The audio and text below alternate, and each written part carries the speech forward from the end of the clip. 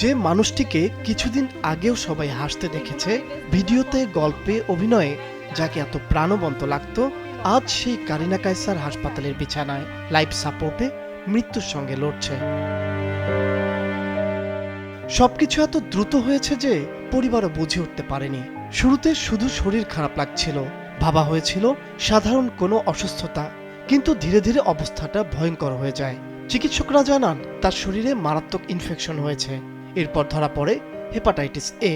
একটা সময় তার লিভার কাজ করা প্রায় বন্ধ করে দেয়, আর তারপরই তাকে লাইফ সাপোর্টই নিতে হয়। এখন হাসপাতালের সেই ছোট্ট একটা কেবিনেই শুধু অপেক্ষা। পরিবার চাইছে তাকে দ্রুত বিদেশে নিয়ে চিকিৎসা করাতে, কিন্তু সেই চিকিৎসার খরচ এতটাই বেশি যা এই মুহূর্তে তাদের জন্য বহন করা প্রায় অসম্ভব। নিজেদের সবকিছু দিয়েও মেয়েটাকে বাঁচানোর চেষ্টা চালিয়ে যাচ্ছেন তারা। ভাবুন তো, একটা পরিবার কতটা অসহায় হলে সরকার ও সবার সহায়তা চাইতে বাধ্য হয়।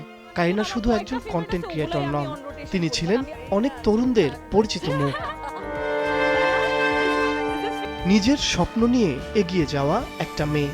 অভিনয় করেছেন, গল্প লিখেছেন, মানুষের মুখে হাসি ফোটানোর চেষ্টা করেছেন, কিন্তু জীবনে কখন কার সঙ্গে কি ঘটে সেটা কেউ জানেন না।